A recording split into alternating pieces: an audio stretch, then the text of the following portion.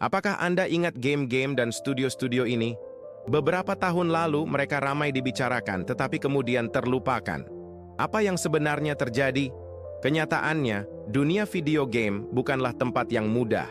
Kebangkrutan, perselisihan hukum, konflik internal, orang-orang yang kehilangan arah, dan kesalahan pemasaran yang besar.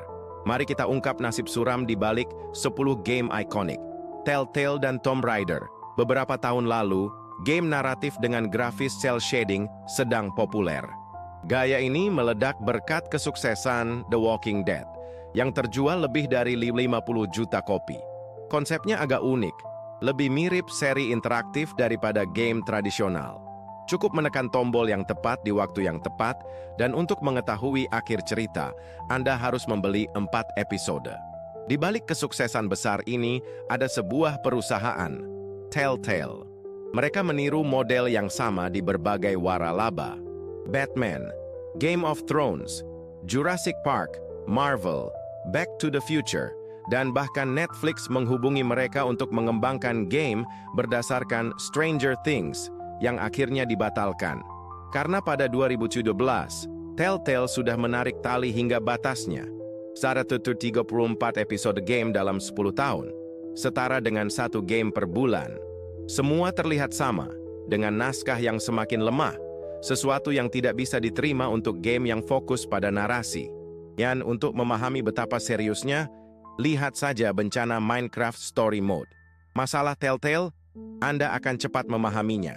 Inilah studio tersebut pada 2007, sebuah stand sederhana di sebuah konvensi. Inilah kondisinya pada 2017 dengan 400 karyawan.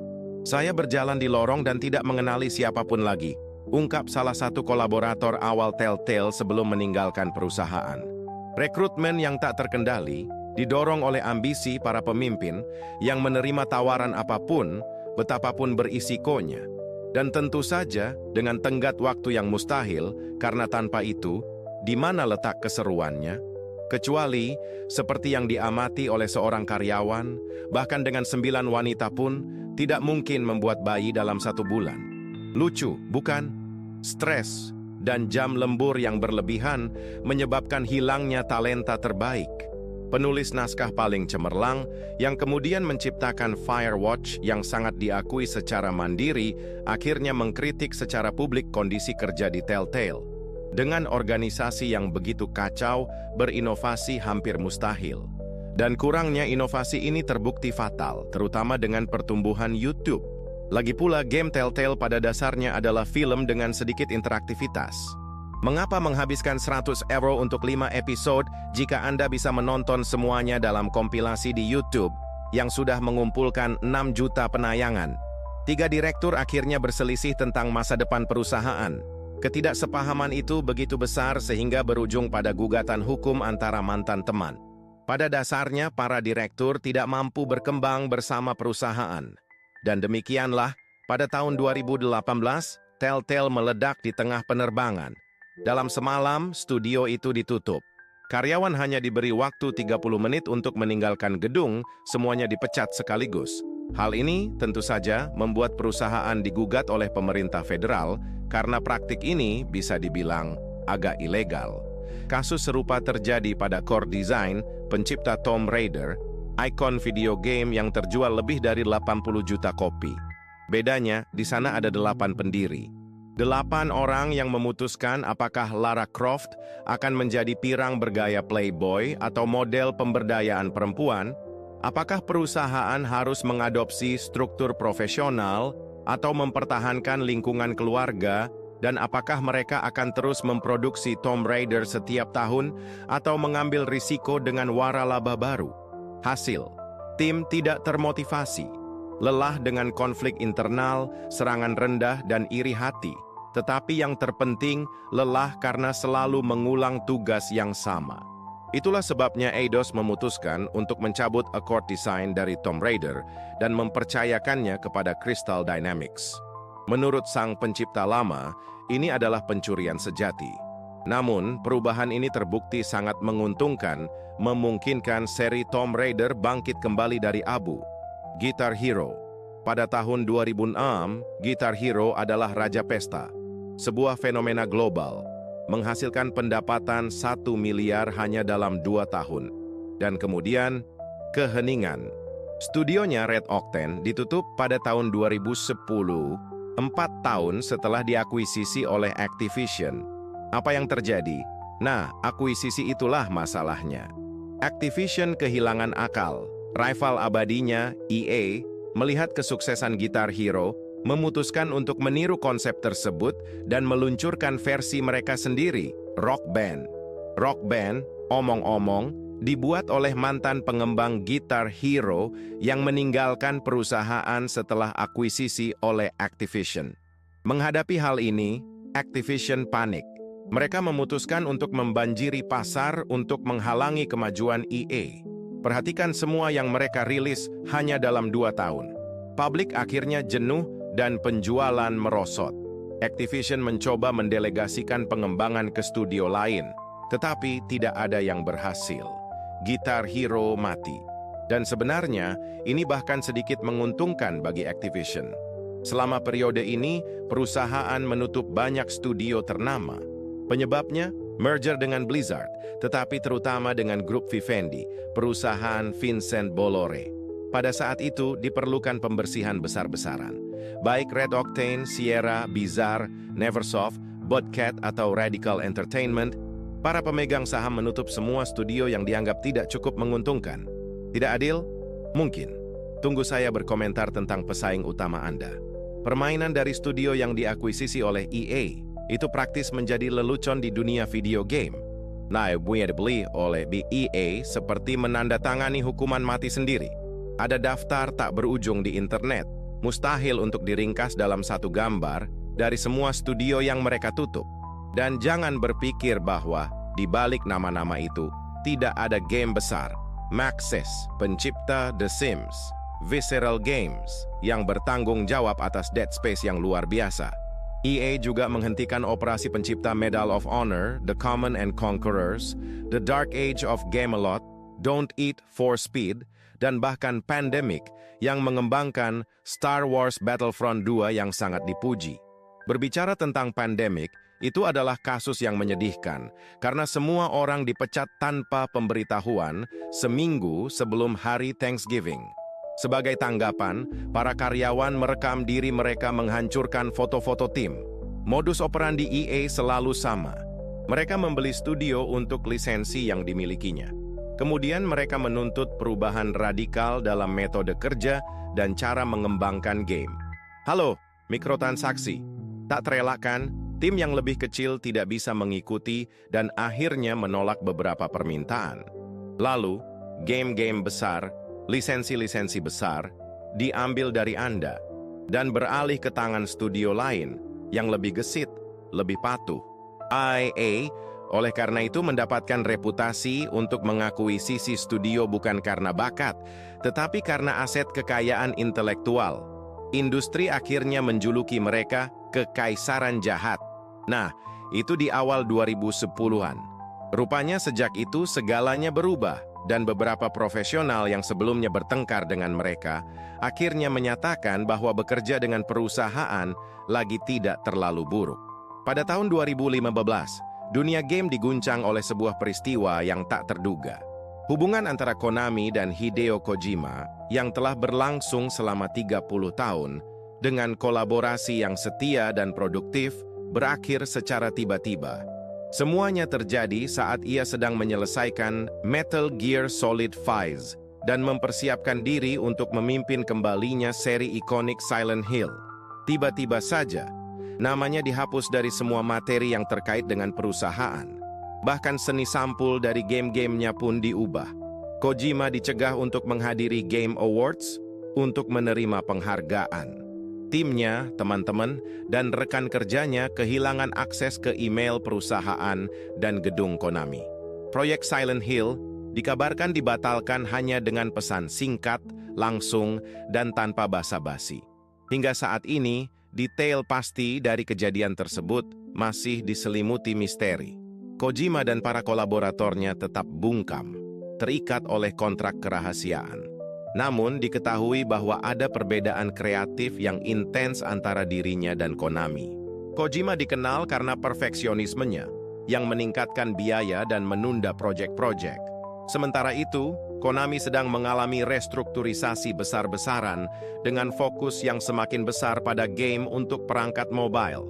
Karyawan anonim menggambarkan suasana di perusahaan sebagai neraka dalam wawancara dengan media.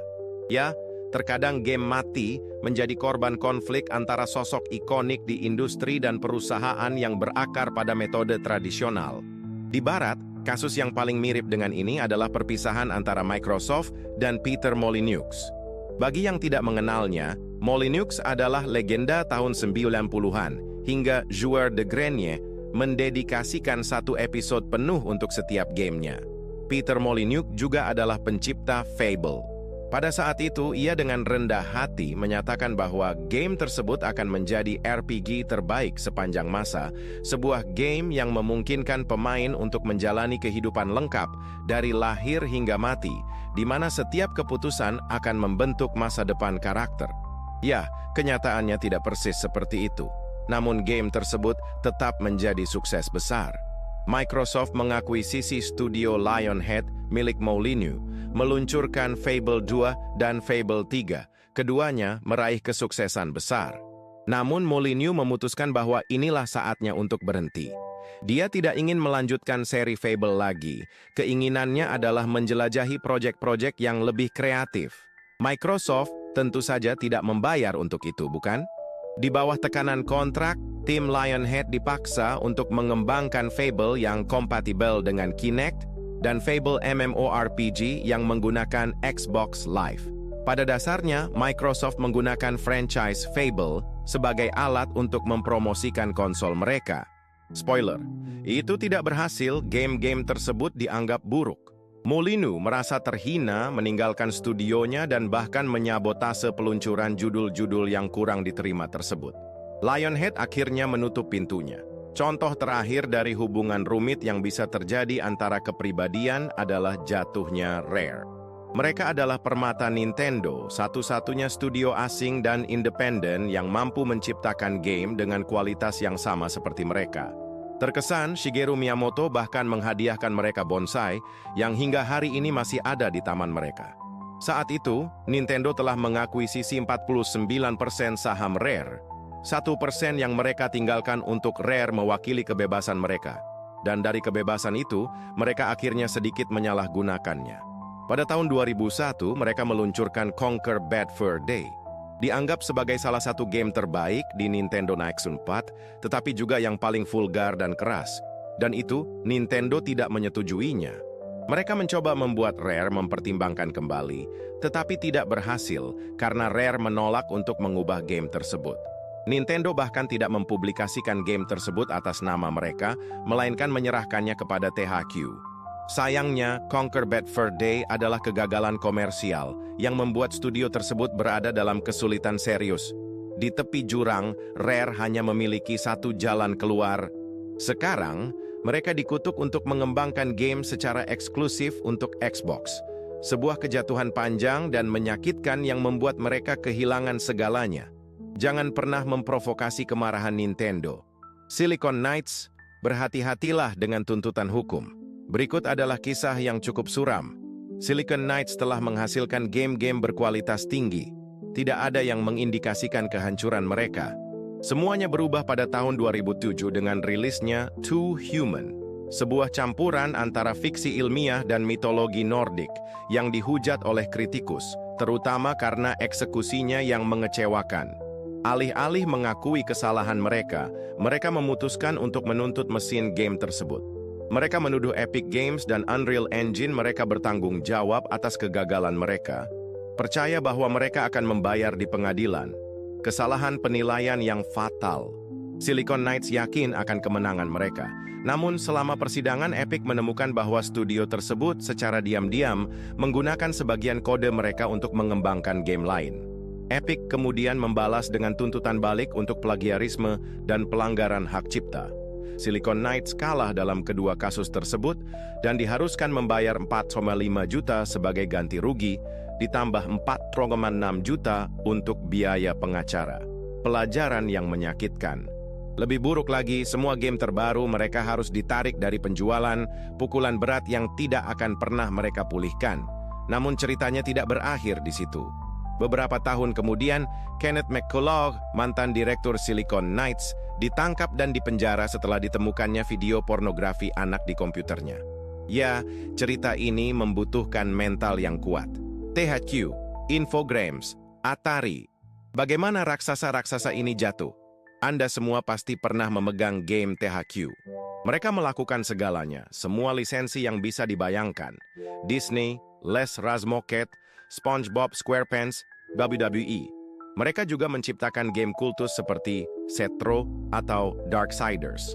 Dan sekali lagi, antara Les Razmoket dan judul-judul ini ada perbedaan yang besar. Selama tahun 2000-an, THQ meraup keuntungan besar berkat lisensi-lisensinya. Namun, semuanya runtuh pada tahun 2008 dengan krisis subprime. Kami mengingatkan kepada yang lebih muda. 8 juta orang Amerika menganggur, bursa saham runtuh, dan korporasi besar menghentikan investasi mereka. Dan ketika Anda sangat bergantung pada permainan berlisensi, apa yang tersisa jika Disney dan Nickelodeon memotong anggaran mereka? Begitulah saham THQ yang sebelumnya bernilai $30 sebelum krisis jatuh menjadi hanya 11 sen. Mereka mencoba pulih dengan proyek independen berlisensi seperti U-Draw yang memungkinkan menggambar di Wii, tetapi perusahaan akhirnya kehilangan lebih dari $100 juta dengan inisiatif ini. Terlilit hutang, tanpa pelanggan atau investor, pada Natal 2012, THQ runtuh. Para pemulung memperebutkan lisensi mereka yang tersebar ke segala arah.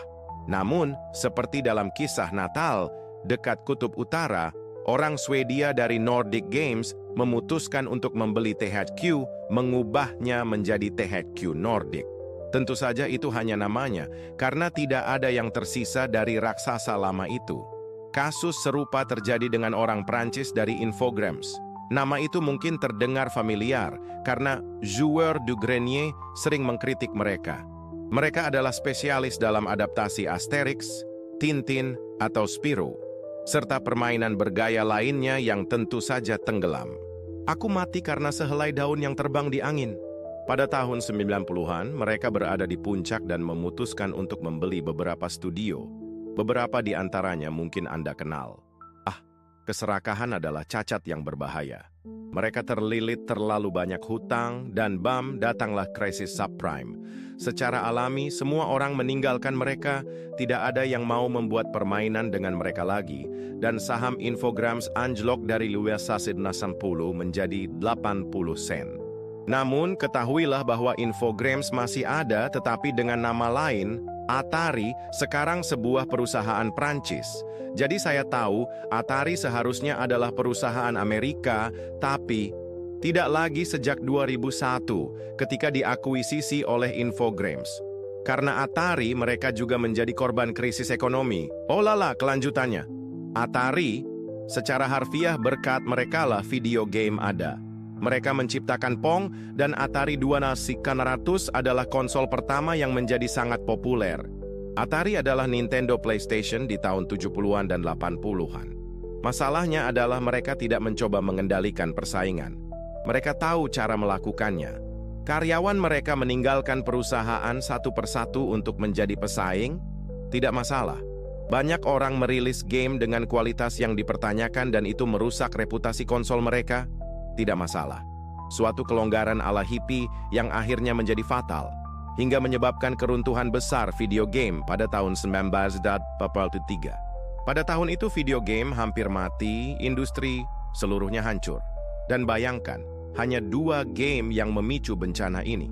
Pertama, Custer's Revenge dari Mystic, di mana Anda mengendalikan seorang koboi yang sebenarnya adalah tokoh sejarah yang bertanggung jawab atas pembantaian ribuan penduduk asli, dan Anda harus...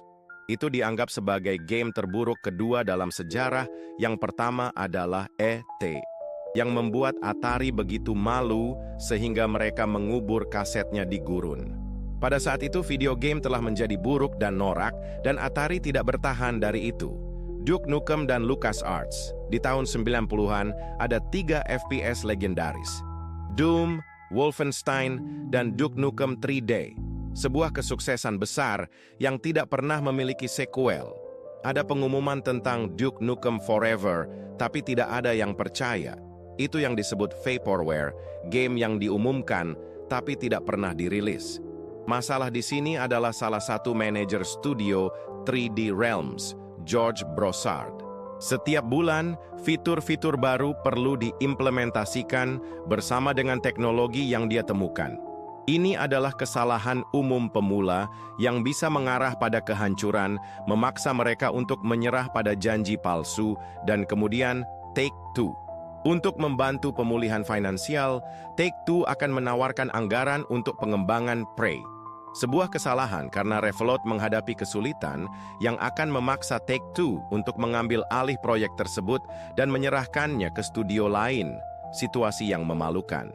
Tapi Georges Broussard, dia tidak peduli, tetap mempertahankan mentalitasnya yang kuat. Dia menolak untuk bekerja kecuali menerima anggaran sebesar $6 juta dan tenggat waktu yang diperpanjang. Orang tersebut begitu sulit sehingga Take-Two terpaksa menjual Duke Nukem ke studio pengembangan lain, Gearbox, dan ini berubah menjadi pertempuran. Banyak gugatan hukum akan muncul, dan pada tahun 2020 masih belum ada penyelesaian dengan berbagai kejutan yang terus terjadi. Faktanya, berkat Gearbox, Duke Nukem Forever akhirnya akan dirilis pada tahun 2011 setelah 14 tahun pengembangan. Ini menjadikannya game dengan waktu pengembangan terlama dalam sejarah. Sayangnya, ini adalah bencana. Game ini secara teknis sudah ketinggalan zaman dan humornya seksis dan membosankan. Saya menemukan kasus yang cukup mirip dengan cerita ini dengan studio LucasArts dan pengaruh yang George Lucas miliki dalam kemundurannya.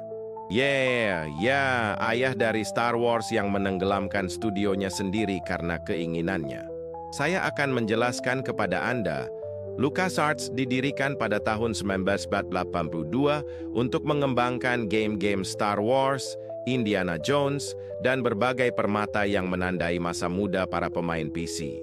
Tapi ternyata point and click yang merupakan spesialisasi LucasArts pada tahun 2000-an mulai kehilangan popularitas. Studio ini akhirnya akan meninggalkan lisensi aslinya untuk fokus hanya pada Star Wars. Dan George Lucas akhirnya terlibat secara mendalam dalam pengembangan, tetapi dengan cara yang cukup rumit. Dia memiliki kebiasaan muncul tiba-tiba di kantor, melihat sekilas apa yang sedang dibuat oleh para pengembang, dan memaksakan perubahan radikal. Kemudian, seolah-olah dengan sihir, dia menghilang, tidak terlihat selama berbulan-bulan, sampai dia kembali dan semuanya terulang lagi. Hal ini terutama dirasakan dalam game Star Wars Tergibaras de Tidak Bebelas, yang awalnya akan mengeksplorasi masa muda Boba Fett. Atas permintaan Lucas, game tersebut mengalami berbagai transformasi, dari gaya GTA menjadi FPS dan kemudian menjadi TPS. Pada akhirnya, semuanya ditinggalkan. Ya, game itu tidak akan pernah terwujud. Ketika Disney mengakuisisi Lucasfilm, dan secara otomatis LucasArts, mereka menemukan sebuah studio yang hampir runtuh. Untuk kebangkitan Star Wars, Disney memilih untuk mempercayakan waralaba tersebut kepada studio yang lebih terstruktur, seperti milik EA. LucasArts kemudian dibubarkan, Star Wars 13A dibatalkan, dan 150 karyawan dipecat, menandai berakhirnya sebuah studio legendaris di dunia video game, Age of Empire, ketika crunch menghancurkan studio. Pada tahun 2018, skandal itu terungkap. Pendiri Rockstar bangga bahwa timnya bekerja 100 jam per minggu untuk menciptakan Red Dead Redemption 2 Chaos. Jika dia melihatnya sebagai tanda dedikasi dan pencarian kesempurnaan bagi publik, itu jelas merupakan contoh eksploitasi terhadap para pengembang. Hanya 38% profesional yang memiliki jam kerja normal. Sisanya 60% bekerja antara 40 hingga 65 jam per minggu. Dan tentu saja tanpa dibayar untuk lembur. Sebuah artikel di Le Monde mengkritik Quantic Dream, artikel lain di Polygon menyerang Epic Games, dan semua orang mulai berbicara dan melaporkan. Masalahnya adalah crunch tidak selalu menguntungkan secara finansial. Studio yang menyalahgunakan model ini akhirnya menutup pintu mereka. Contohnya adalah Ensemble Studio, pencipta Age of Empires, dan tim Bondi, yang bertanggung jawab atas L.A. Noire. Perusahaan-perusahaan ini tumbang karena konflik internal, gaji yang tertunda, proses hukum, dan terutama kehilangan bakat-bakat terbaik. Ini adalah siklus yang merugikan. Kita mengeksploitasi profesional terbaik kita, menguras tenaga seniman-seniman berharga ini, memengaruhi keluarga mereka, dan mengorbankan tahun-tahun paling produktif mereka. Kemudian mereka pergi, membawa serta seluruh keahlian yang telah terkumpul, seperti yang dilaporkan oleh mantan karyawan Ensemble Studio. Skenario ini masih berulang di studio-studio besar saat ini. Seringkali kita mengeluh bahwa game Sapetier A terasa dangkal. Dan ya, itu terjadi karena game-game tersebut dikembangkan oleh tim muda yang belum memiliki pengalaman cukup. Tapi jangan lupa, kualitas sebuah game bergantung pada upaya kolektif semua pihak yang terlibat. Jika tidak ada lagi yang mau bekerja dengan Anda, kegagalan adalah hal yang tak terelakkan, mati dalam ketidakjelasan. Sayangnya, banyak studio yang mewarnai masa kecil kita tidak memiliki akhir yang gemilang. Sebagian besar menghadapi penderitaan finansial yang perlahan, namun logo mereka tetap tinggal dalam ingatan. Acclaim, pencipta Turok, Cambridge, pencipta Medieval, Midway, pencipta Mortal Kombat, Hudson, pencipta Bomberman, dan Clover, pencipta Okami. Ion Storm, pencipta Deus Ex, Smilebit, pencipta Jet Set Radio, Free Radical, pencipta Time Splitters, Argonaut, pencipta Croc dan game-game Harry Potter di PlayStation. Dan akhirnya, Psygnosis, pencipta Lemmings dan Wipeout, perusahaan yang membantu menentukan awal mula PlayStation, bertanggung jawab atas T-Rex legendaris dalam demo. Semua studio ini, seperti banyak lainnya, akhirnya menyerah pada kematian yang sepi, menjadi korban kurangnya sumber daya dan visibilitas di media. Tapi perhatikan, kurangnya ambisi ini mungkin sebagian besar adalah kesalahan para pemimpin dan pemegang saham. Ambil contoh SNK, otak di balik Neo Geo, Metal Slug, dan King of Fighters. Mereka diakuisisi oleh Aruze, sebuah perusahaan yang fokus pada pachinko, mesin judi Jepang. Satu-satunya minat mereka adalah mengeksploitasi lisensi SNK. Hasilnya, perusahaan itu menghilang dari peta selama bertahun-tahun, sampai akhirnya baru-baru ini diselamatkan oleh seorang pangeran dari Arab Saudi. Cerita-cerita seperti ini ya. Jadi, ya, studio yang Anda cintai hari ini tidak ada jaminan akan masih ada 10 tahun dari sekarang. Cukup lihat situasi keuangan yang rapuh dari BioWare atau Bethesda yang telah mengumpulkan kegagalan baik secara kritik maupun komersial. Jika mereka gagal sekali lagi, seperti yang pernah kita lihat sebelumnya, itu bisa menjadi akhir. Lalu, apa yang akan terjadi dengan franchise favorit Anda? Seperti di industri lainnya, masa depan sebuah game jauh lebih ditentukan oleh uang daripada keinginan para pencipta di baliknya.